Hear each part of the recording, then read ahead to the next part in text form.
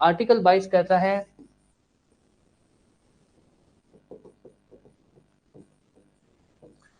Prohibition against arrest and detention.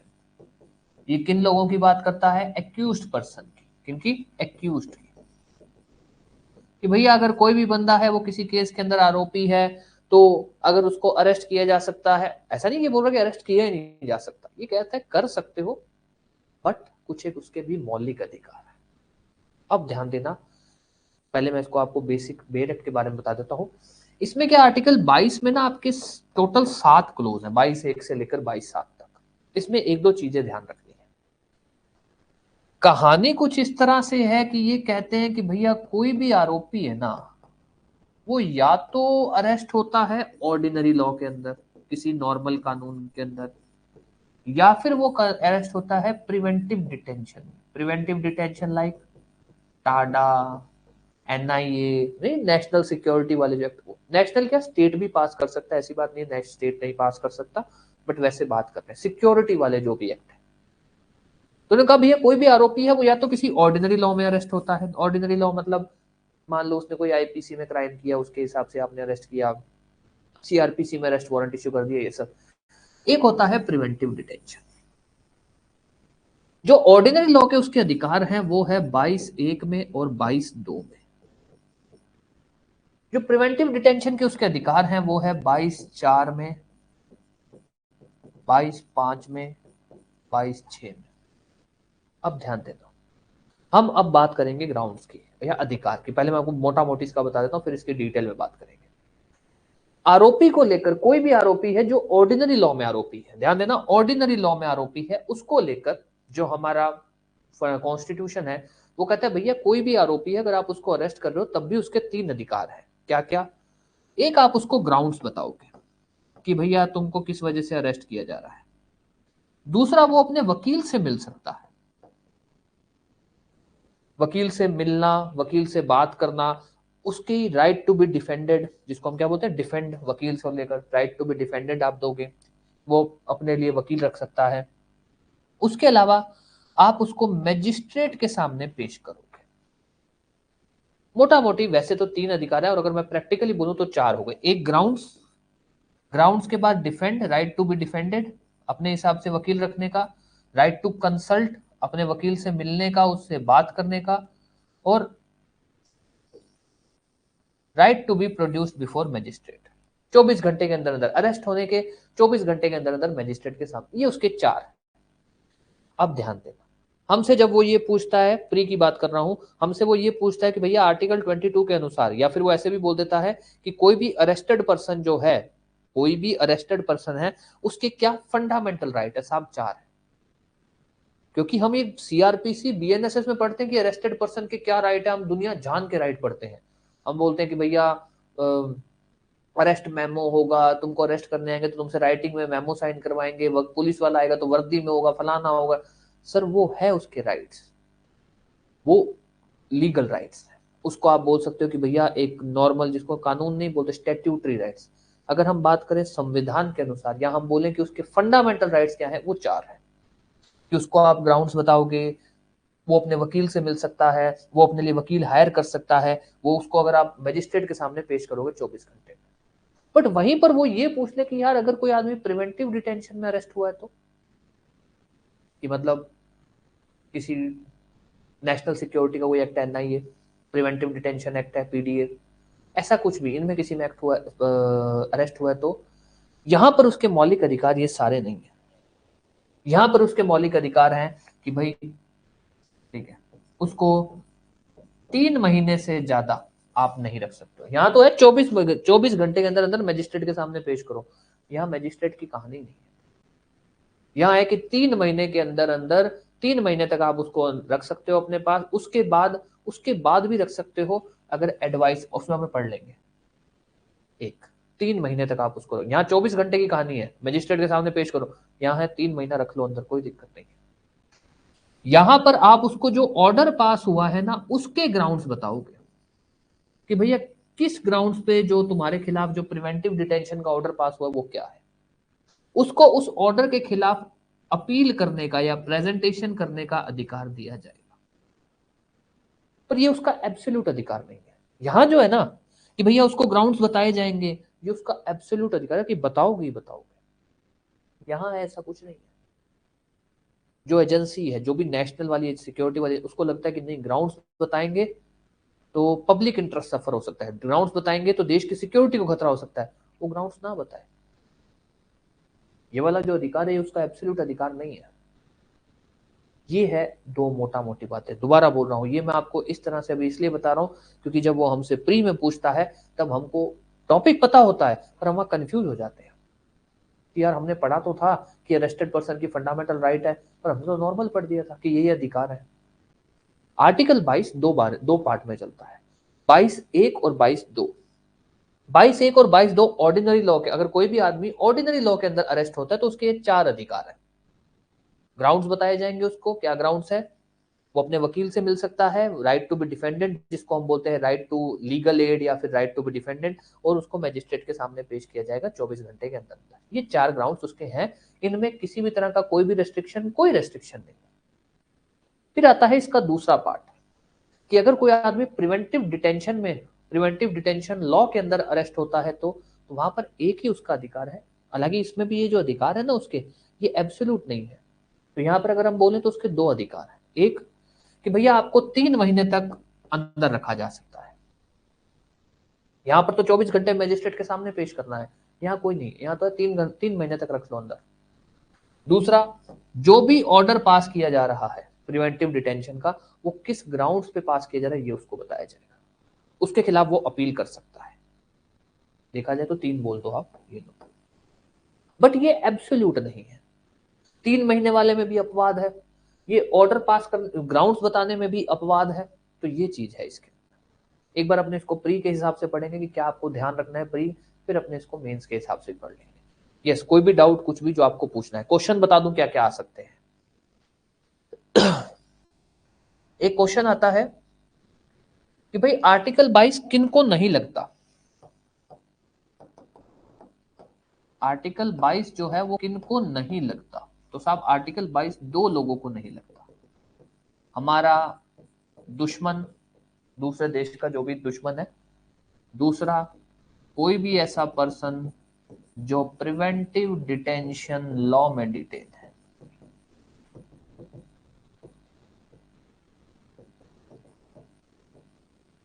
दो लोग, दोबारा बोल रहा हूं, ये कई बार पूछा गया क्वेश्चन कि जो आपका आर्टिकल 22 है वो किन 2 लोगों पे नहीं लगता, तो साहब एक तो इस पे नहीं लगता। ये कौन है? दूसरे देश का दुश्मन। मान लीजिए आज भारत पाकिस्तान का युद्ध चल रहा है, हमने पाकिस्तान के किसी सैनिक को पकड़ लिया, वो ये नहीं कह सकता कि मेरे को बताओ क्यों पकड़ा, ये सब नहीं। किसी को भी प्रिवेंटिव डिटेंशन लॉ में किया गया है, ये कहां बोला गया है? 22(3). ये भी पूछा गया है कि ये बात कहां बोली गई है 22(3) में। आर्टिकल 22 किनको नहीं लगता है। उसके अलावा प्री में जो पूछा जाता है कि भाई आर्टिकल 22 किनको लगता है, आर्टिकल 22 किनको लगता है, ये थोड़ा सा देख लेना। उसके बाद अगर कोई भी पर्सन ऑर्डिनरी लॉ में अरेस्ट होता है उसके क्या क्या फंडामेंटल राइट्स हैं, मौलिक अधिकार है, तो 4 है। ग्राउंड्स, डिफेंड, कंसल्ट, मैजिस्ट्रेट, जिसको हम बोलते हैं कि भैया इसको ग्राउंड्स बताए जाएंगे, ठीक है। डिफेंड या कंसल्ट का मतलब हम बोल देते हैं राइट टू बी डिफेंडेड, या हम बोल देते हैं लीगल एड।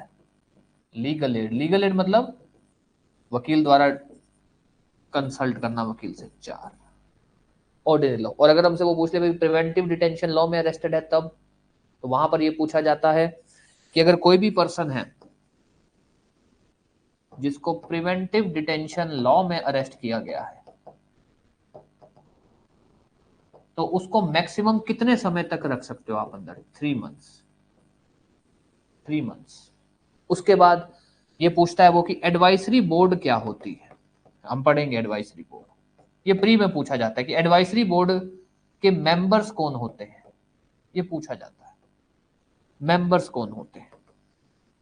उसके बाद कौन सा 22 का क्लोज पार्लियामेंट को पावर देता है कि पार्लियामेंट जो है बाय लॉ आर्टिकल 22 को लेकर प्रावधान बना सकती है। कोई भी प्रावधान बनाने की जरूरत है, अगर सपोज ये बनाना है कि एडवाइजरी बोर्ड के मेंबर्स की क्वालिफिकेशन क्या होगी, सपोज ये जो 3 महीने का पीरियड है इसको कम ज्यादा करना, कुछ भी, तो पार्लियामेंट बना सकती है। पार्लियामेंट बाय लॉ आर्टिकल 22 के प्रोविजन को अच्छे से लागू कर सकती है, उसमें छोटे मोटे चेंज करने तो कर सकती है। कहां लिखा गया है? 22(7) में। 22(7) में ये है इसके प्री के क्वेश्चन, और यहां से ज्यादातर प्री का ही क्वेश्चन आता है। और क्वेश्चन हम पढ़ते तो है आर्टिकल 22 को, हम कंसेप्ट में आर्टिकल 22 के कंसेप्ट में अपने इतने वो हो जाते हैं कि अरे बहुत इजी है यार, ये तो बहुत इजी है, अपने तो लिख देंगे जब भी आएगा। वो पूछता क्या है? नंबर। तो भैया किस नंबर पे ये कहा गया है कि आर्टिकल 22 एनिमी एलियन को, मतलब दुश्मन को, या प्रिवेंटिव डिटेंशन 22(3)।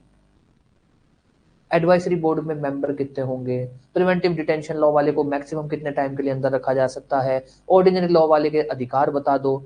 अब अपने ने इतना स्पेसिफिकली नहीं पढ़ा होता, वहां अपने फिर कंफ्यूज हो जाते हैं, कोई ना कोई छोटा मोटा ब्लंडर कर देते हैं। कोई भी डाउट कुछ भी किसी भी तरह का, ये प्री के हैं। ये तो जब अपने इसको डिक्टेट करेंगे तब मैं आपको इसको अंडरलाइन करवा दूंगा। अगर आपको ये ऐसा कोई ये बनाना है, क्या कहते हैं अपना, चार्ट सा तो बना लो कि भाई आर्टिकल 22 जो है दो लोगों को लगता है, मतलब आर्टिकल 22 ऐसा लिख लो, अरेस्टेड पर्सन के बारे में बात करता है, अरेस्टेड पर्सन की राइट्स। ऑर्डिनरी लॉ उसके 2 हैं, प्रिवेंटिव डिटेंशन लॉ उसके 3 है। अगर ये बनाना है तो बना सकते हो। 22(3) में एक्सेप्शन है, लिखना हो तो ऐसे लिख लेना कि 22(3) में है एक्सेप्शन, और 22(7) जो है वो बात करता है पार्लियामेंट की।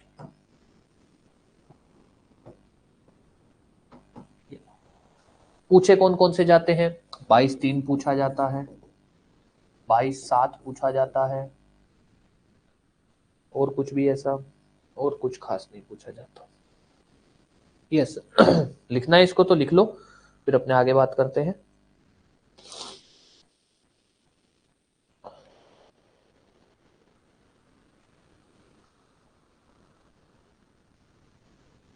आर्टिकल 22 अपने खत्म कर देंगे आज।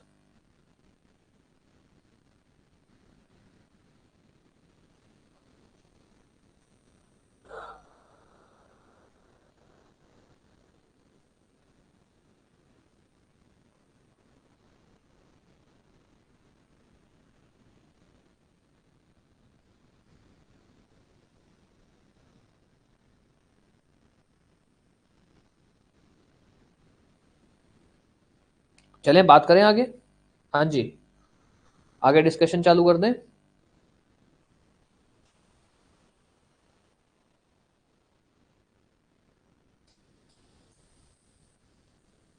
यस, आगे डिस्कशन चालू कर दें।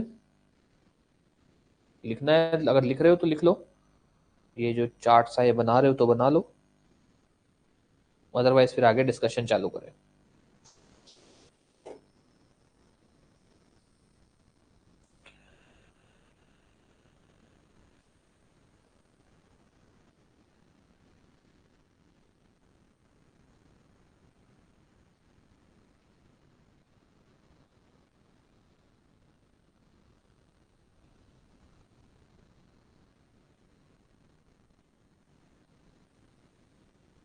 यस, डिस्कशन चालू कर दें आगे क्या? मेंस के हिसाब से बात करनी चालू कर दें हम, या बना रहे हो भी? यस नो कुछ फटाफट बता दो ताकि आगे बात करें, हालांकि टाइम है, कोई दिक्कत नहीं है, मेरे पास है सफिशिएंट टाइम। क्लास की स्पीड में कोई फर्क पड़ता नहीं है, अगर हम डिक्टेट अपने क्लास में डिक्टेट भी करते हैं तब भी कोई ज्यादा फर्क पड़ता नहीं है। तो मान लो, क्या मेरे को तो लगता है कोई 10-15 मिनट कोई एक्स्ट्रा लग जाते होंगे तो लग जाते होंगे, बाकी तो कुछ ऐसा है नहीं। और डिक्टेट करना ही बाकी बढ़िया ही है, साथ साथ ही नोट्स बन जाते हैं।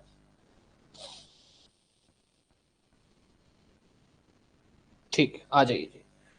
अब आते हैं अपने मेंस के हिसाब से। अब मेंस के हिसाब से पढ़ने के लिए अपने बांटेंगे आर्टिकल 22 को 2 पार्ट में। एक हिस्सा होगा ऑर्डिनरी लॉ वाला, और एक हिस्सा होगा आपका, बोल सकते हो, प्रिवेंटिव डिटेंशन वाला। अब आते हैं पहला, अगर कोई भी पर्सन ऑर्डिनरी लॉ में अरेस्ट है,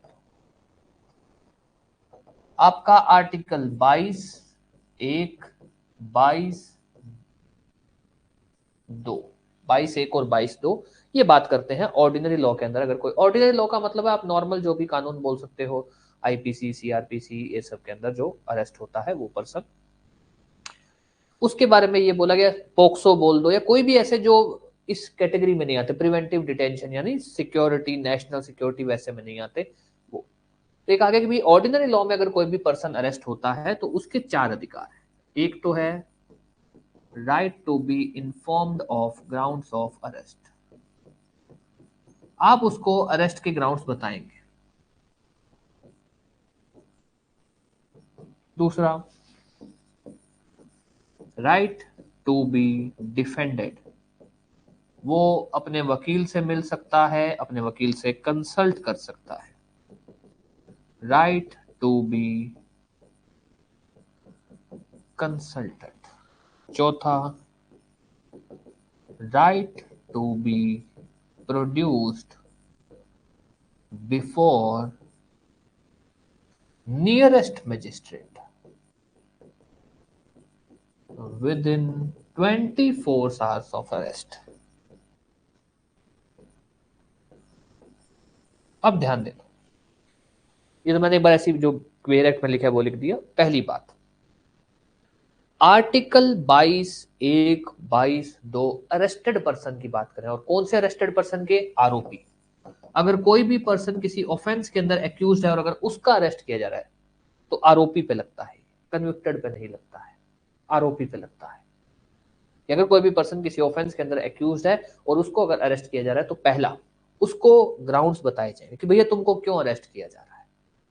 यहां पर ये नहीं है कि उसके फैमिली मेंबर को बताए जाएंगे, यहां नहीं लिखा।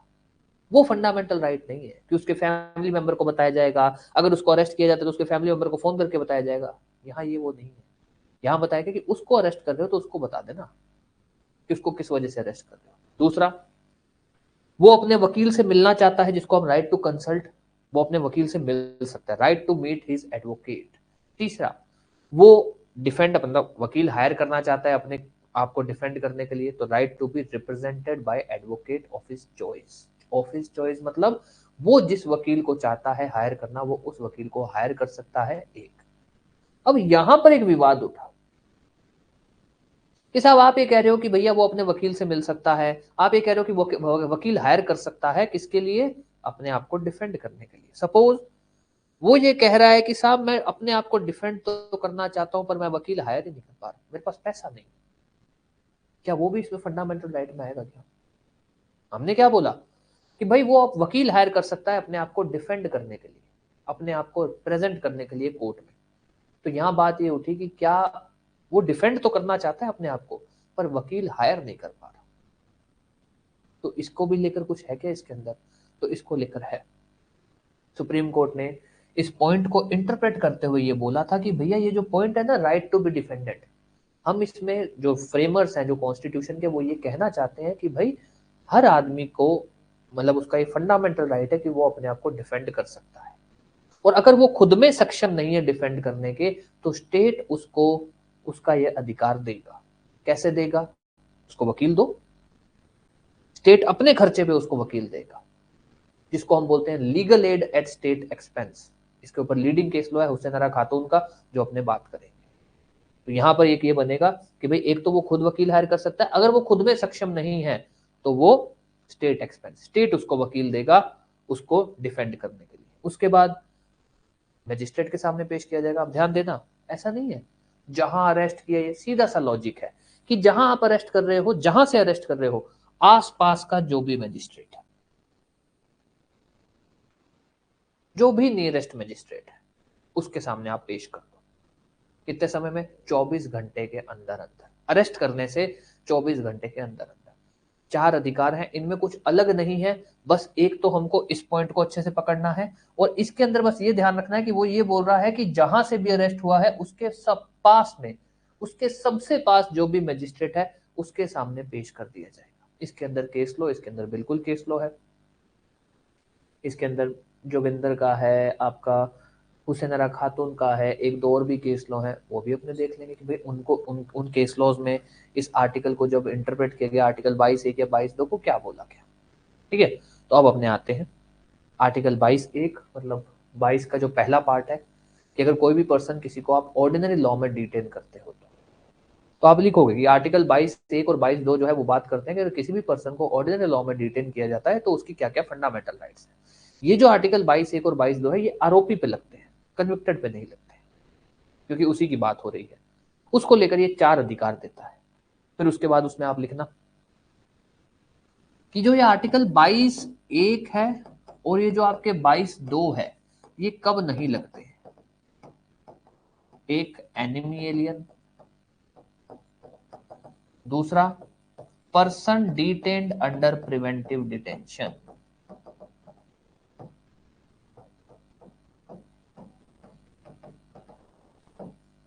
यहां से आपका आर्टिकल 22 का एक पार्ट खत्म हो जाएगा। इसमें 2 केस लॉ है, एक दो ही केस लॉ लिखेंगे, बहुत ज्यादा भरने की जरूरत नहीं है। लिख लो भाई, अब लिख लो आर्टिकल 22, आर्टिकल 22 हेडिंग डाल लो, protection against arrest and detention.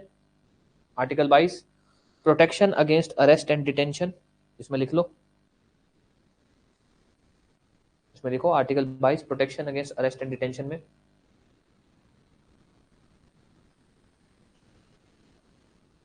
इसमें अब हेडिंग डाल दो। ये तो आर्टिकल 22 का टाइटल डाल दिया, अब इसमें हेडिंग डाल दो, if person is arrested under ordinary law. इसमें लिखो if person is arrested under ordinary law,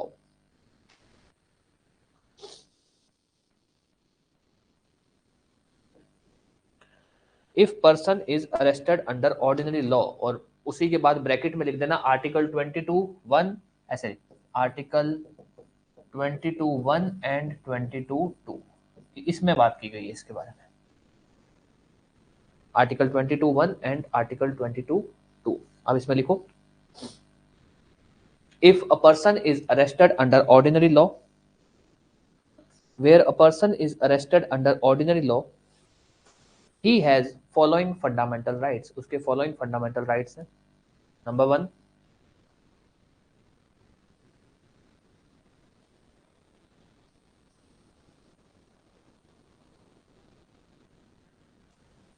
number 1 right to be informed of grounds of arrest। number 1 right to be informed of grounds of arrest।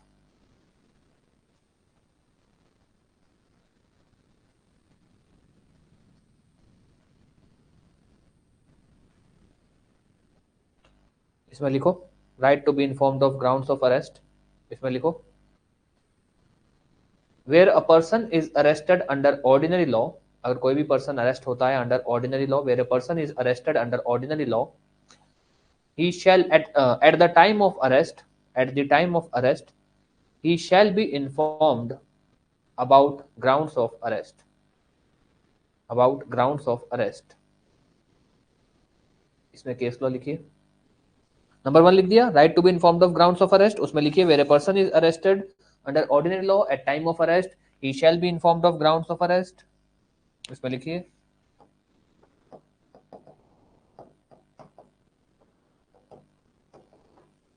In Jogendra Kumar versus state of UP, Jogendra Kumar versus state of UP, it was held that arrested person shall be informed of grounds of arrest, arrested person shall be informed of grounds of arrest।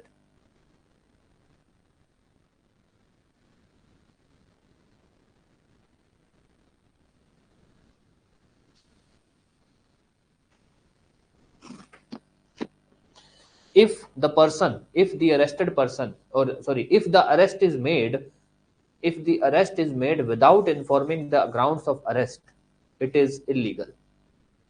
if the arrest is made without informing the grounds of arrest, it is illegal, उसको illegal arrest माना जाएगा। In Jogendra Kumar versus State of UP, year 1994, it was held that arrested person shall be informed of grounds of arrest। अगर arrest जो है बिना inform के किया जाता है तो वो इलीगल है। नंबर 1 हो गया, तो हमने लिख दिया कि ऑर्डिनरी लॉ है तो उसकी पहली राइट तो ये होगी right to be informed of grounds of arrest. उसमें फिर दूसरा लिखिए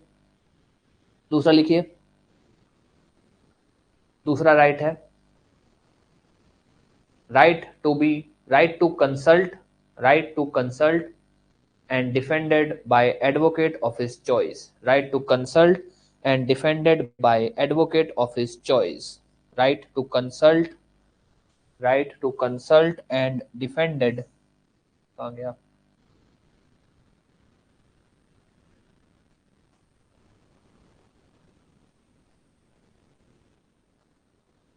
Defended by advocate of his choice. इसमें लिखिए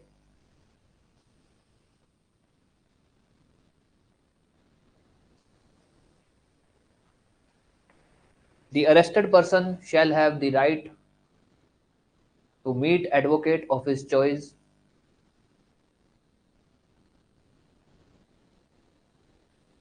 and to be defended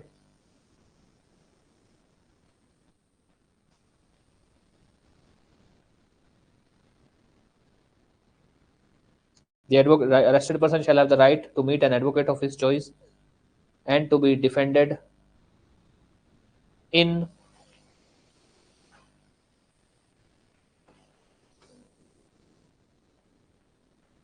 Husainara Khatun versus State of Bihar. देखो 1979 in Husainara Khatun versus State of Bihar 1979 AIR 1979 it was held that if the arrested person is unable to employ advocate of his choice is unable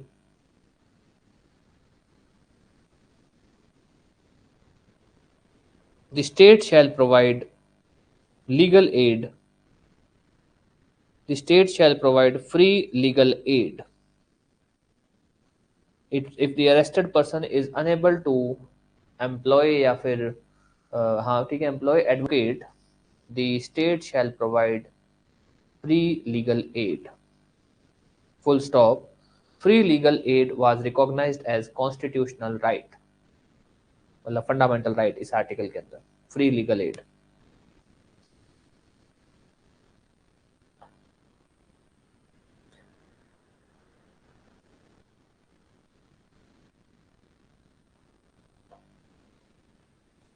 फिर तीसरा right लिखिए right to be produced before magistrate right to be produced before magistrate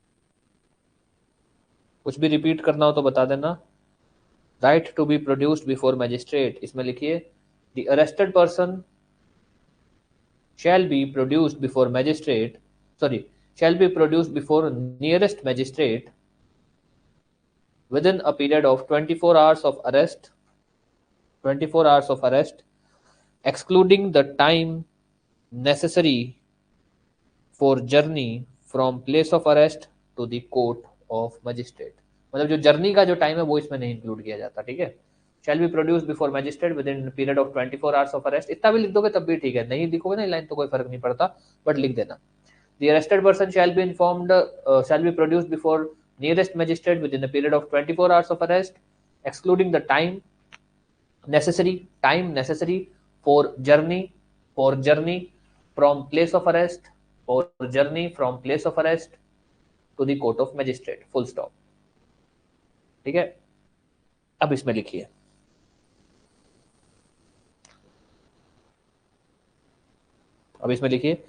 in CBI versus Anupama Kulkarni sorry है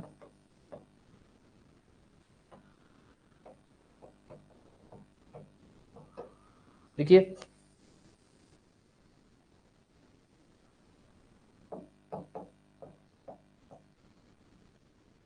CBI versus Anupam Kulkarni, AIR 1992, it was held by Supreme Court that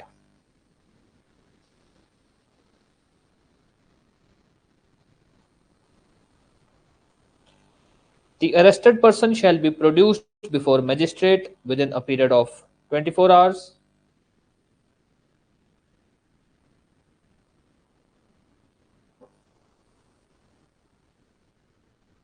If the arrested person is not produced before magistrate within a period of 24 hours, the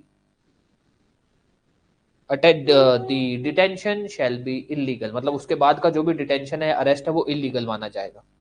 If not produced before within a period of 24 hours, the further detention shall be illegal.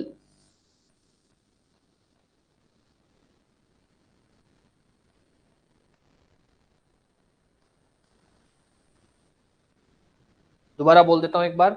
हमने लिखा कि भाई heading डाली rights of arrested person under ordinary law. उसमें लिखा कि article 22(1) और 22(2) जो है वो उसके बारे में बात करते हैं. ये फॉलोइंग राइट्स बताते हैं. नंबर 1, आगे आपका right to be informed of grounds of arrest. उसमें अपने लिख दिया भाई ग्राउंड्स वगैरह बताए जाएंगे.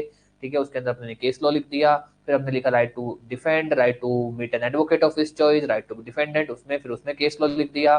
फिर उसके बाद आ गया right to produce before magistrate, वो क्या बोलता है, और उसमें केस लॉ लिख दिया. ठीक है, अब उसके बाद फर्दर लिख दो आर्टिकल 22(1) मतलब 22 clause 1 and 22 clause 2 are available to citizen as well as non-citizens, are available to both citizen as well as non-citizen.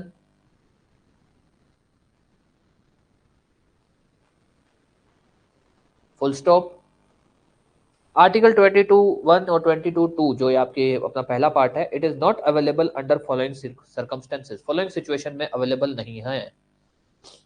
It is not available under following situation, या आप इसको एक्सेप्शन बोल सकते हो. Number one, arrest of enemy alien. देश का जो भी दुश्मन है, enemy alien, arrest of enemy alien.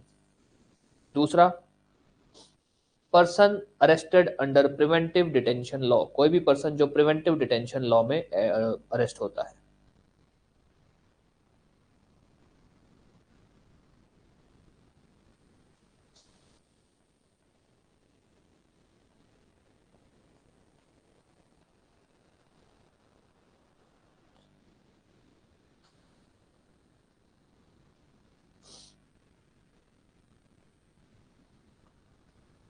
ठीक है, ये लिख लिया. कोई भी डाउट फिर अपने आगे बात करें. दूसरा पार्ट लिखें, where a person is arrested under preventive detention law.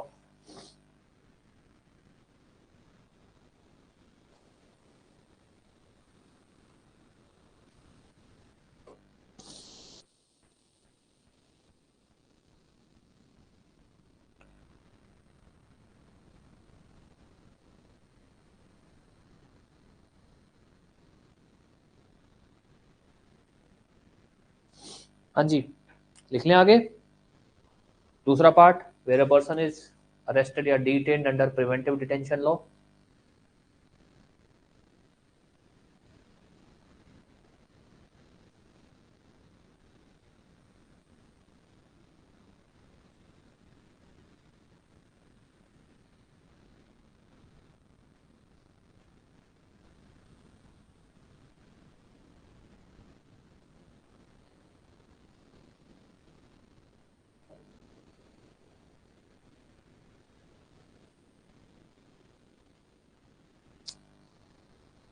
हाँ जी, लिख लें आगे. कुछ छूट रहा है, कुछ भी रिपीट करना है तो बता दो, मैं रिपीट कर देता हूं. अदरवाइज फिर अपने आगे कंटिन्यू करते हैं.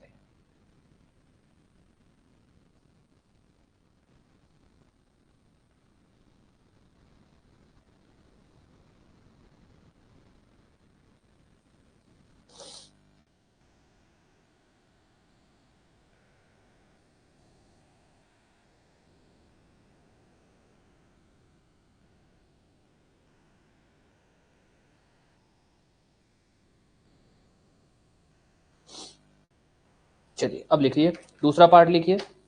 Where a person is arrested under preventive detention law, और उसमें लिखिए आगे, उसके बाद लिख दीजिएगा जैसे आप लिखेंगे ना, where a person is arrested under preventive detention law, उसके बाद ऐसे डाल दीजिएगा 22(4) से लेकर 22(7), 22(4) से लेकर 22(7. मतलब जो 22(7) जो पार्लियामेंट की पावर है वो सिर्फ इसी में लगती है. ठीक है, ऑर्डिनरी लॉ को लेकर कुछ नहीं है.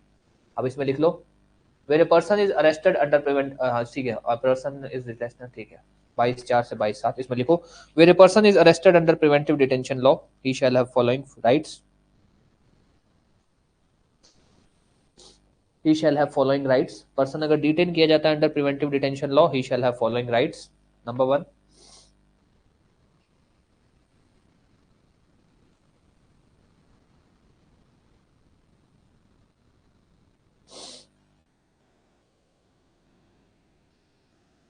he shall have following rights. Number 1, the arrested person shall not be detained for more than 3 months. The arrested person shall not be detained for more than 3 months unless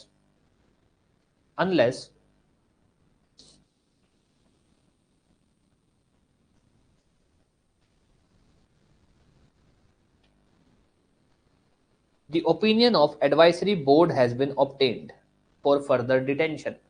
The arrested person shall not be detained for more than 3 months unless the opinion of advisory board has been taken for further detention. अब इसमें लिखिए advisory board क्या होता है, नीचे लिख दीजिएगा। Advisory board shall consist of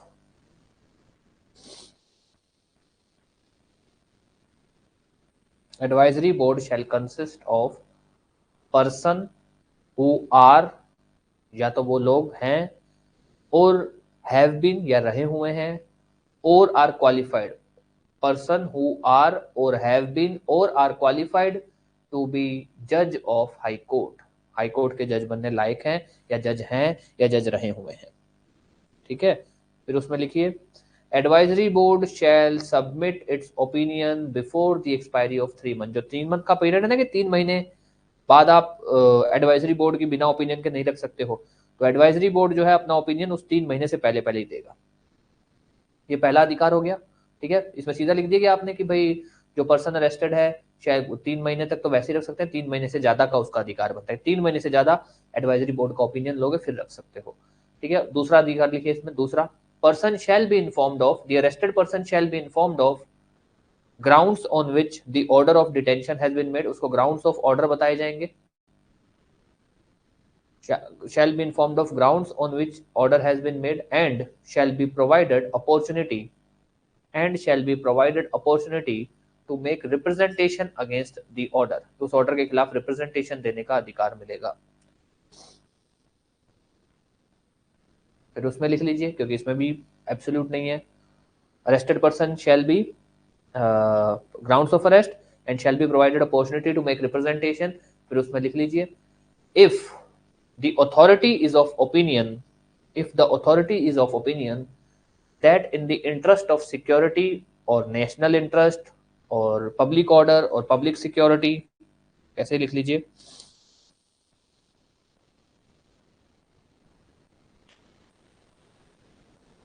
that in the interest of national security, public order or public interest, it is not necessary, the grounds shall not be disclosed, the authority shall not disclose the grounds of arrest. If the authority is of opinion that in the interest of national security, public interest या public order, it is the grounds shall not be disclosed, the authority may refuse to disclose the grounds। ठीक है, अब उसके बाद लिखिए 2 rights हैं उसके। पहला राइट तो उसका ये कि भाई 3 महीने, उसमें भी अपवाद है कि कब ये एडवाइजरी बोर्ड क्या होता है, एडवाइजरी बोर्ड से। दूसरा राइट है उसमें भी अपवाद है। दूसरा राइट बोलता है कि उसको बताया जाएगा ग्राउंड्स, बट उसमें भी अपवाद है कि एडवाइजरी बोर्ड को अगर लगता है कि नहीं जरूरत है तो नहीं बताएगा। ठीक है, उसके बाद इसमें लिख लो प्रिवेंटिव डिटेंशन में पार्लियामेंट में by law increase the period of 3 months, increase, और हाँ ठीक है, पार्लियामेंट में by law increase the period of 3 months and may also make further provision relating to arrest of a person under preventive detention। तो parliament के पास power है। ये पूछा जा सकता है भाई प्रिवेंटिव डिटेंशन लॉ को लेकर अगर 22(4) वाला जो एरिया उसमें अगर चेंज करना है तो कौन कर सकता है? पार्लियामेंट में बाय लॉ इंक्रीज कर सकता है एरिया को, डिक्रीज नहीं कर सकता, इंक्रीज कर सकता है, और पार्लियामेंट में बाय जो लॉ बना के फर्दर प्रोविजन भी बना सकता है। ठीक है, ये हो गया आपका पहला पार्ट अपने लिख दिया, दूसरा पार्ट लिख दिया। अब इसमें लिख लो कोई भी अभी तक कोई भी डाउट, ताकि फिर इसमें केस लो लिख लो आप प्रिवेंटिव डिटेंशन वाले के अंदर।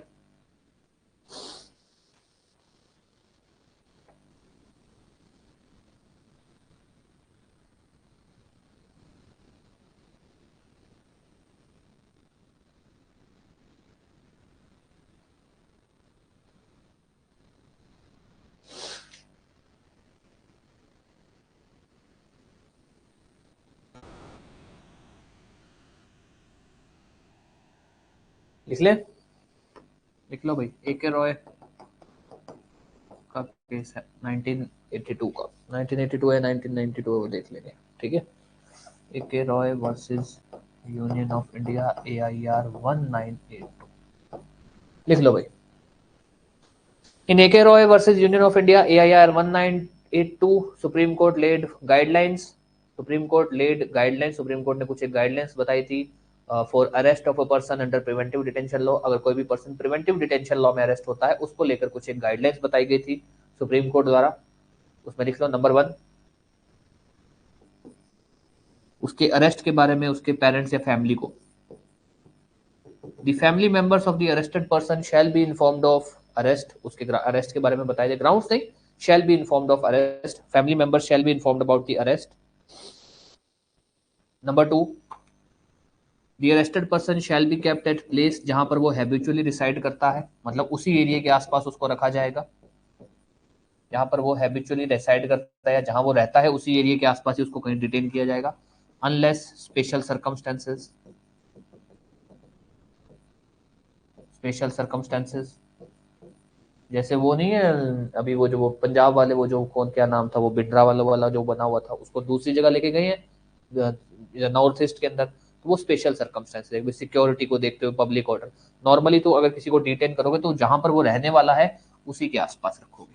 फैमिली के बारे में उसके फैमिली को उसके बारे में बताओगे, प्लेस के बारे में बताओगे कि उसको कहाँ रखा गया है, और उसको जो पर्सन है उसको ही शैल बी केप्ट सेपरेटेड, अलग रखा जाएगा from other prisoners, separated from other prisoners. और उसको बेसिक फैसिलिटीज प्रोवाइड करवाएंगे आप, बेसिक फैसिलिटीज प्रोवाइड करवाएंगे आप जो भी होती है। तो ये प्रिवेंटिव डिटेंशन लॉ का केस लॉ है। अभी तक कोई भी डाउट? क्योंकि फिर अपने आएंगे एक लीडिंग केस लॉ लिखेंगे जो इसके अंदर हमको लिखना है, फिर मैं आपको बता दूंगा कि आपको इसको याद कैसे करना है।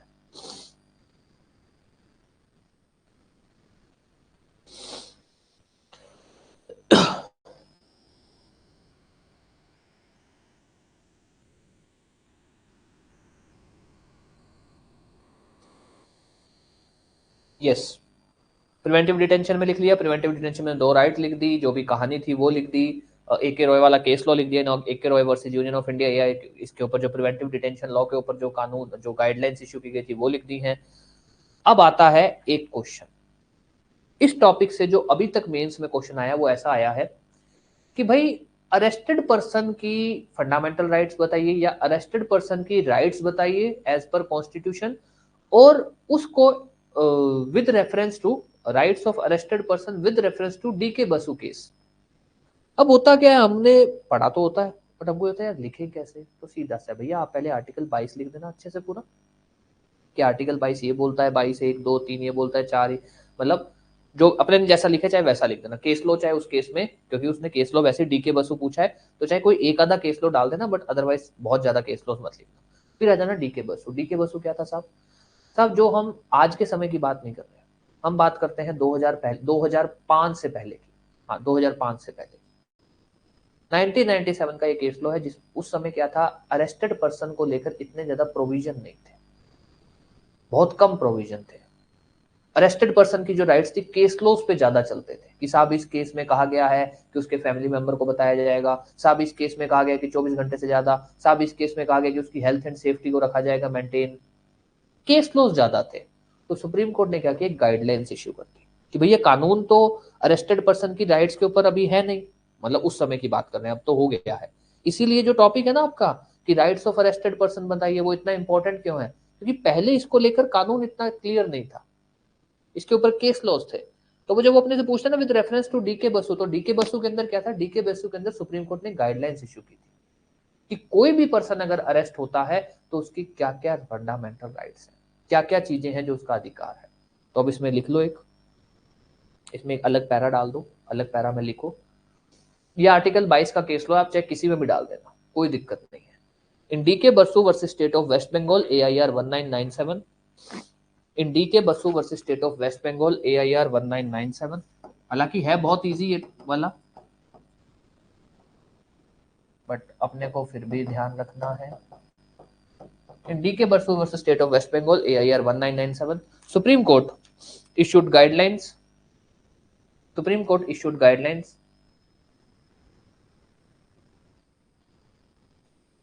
इन केस ऑफ अरेस्ट और डिटेंशन ऑफ अ पर्सन। कुछ गाइडलाइंस इशू की गई थी सुप्रीम कोर्ट द्वारा इन केस ऑफ, या फिर Supreme Court issued guidelines relating to the arrest of relating to rights of arrested person. Guidelines issue की गई थी relating to rights of arrested person. उसमें लिखिए number one, the police officer arresting the person shall be in uniform, the police officer arresting the person shall be in uniform and wear a clear and visible identification, मतलब क्या उसका नाम वगैरह सब कुछ, shall be in uniform and wear a clear and visible identification या फिर name tag जिसको अपने बोलते हैं। Number two, the police officer arresting shall prepare an arrest memo prepare करेगा which shall be attested by at least one witness, arrest memo prepare करेगा जो कम से कम एक विटनेस द्वारा अटेस्ट होनी चाहिए, ऑफ लोकेलिटी और फैमिली मेंबर। वो एक विटनेस कौन हो सकता है, या तो उसके फैमिली मेंबर में से कोई हो जिसके सामने आप उसको अरेस्ट कर रहे हो, या जो भी आसपास लोकेलिटी है उसका कोई, जो गवाह बन सके कि हाँ साहब इसे अरेस्ट किया था हमारे सामने।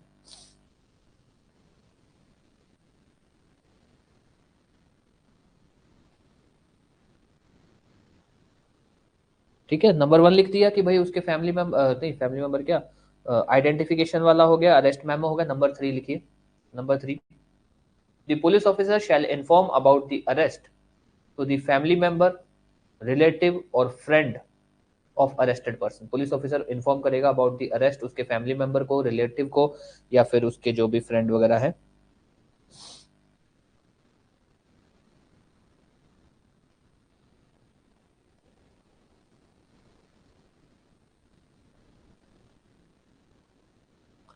उसके बाद an entry shall be made in the police diary, जो होती है entry shall be made in the diary kept at police station as to place of detention, time of arrest and person informed।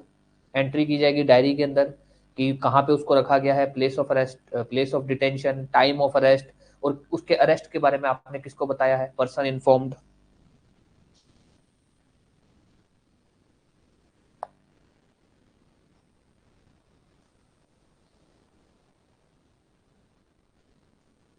उसके बाद लिखिए, arrested person shall have the right to meet his advocate, shall be given the right to meet his advocate, arrested person shall be given the right to meet his advocate।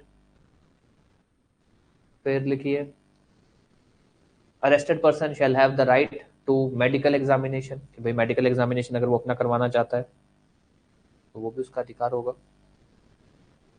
ठीक है, इतना बहुत है, तो ये ठीक। अब देखो, आपसे दोबारा बोल रहा हूँ भाई, अपने ने जितना लिखा है उतना नहीं आएगा, आपसे वो सीधा पूछेगा भाई राइट्स बता दो मेंस के अंदर, और उसको डीके बसु केस लो, तो आपने 22 पूरा लिख देना और फिर डीके बसु का बस लिख देना। भाई डीके बसु केस के अंदर सुप्रीम कोर्ट ने गाइडलाइंस इशू की थी और सुप्रीम कोर्ट ने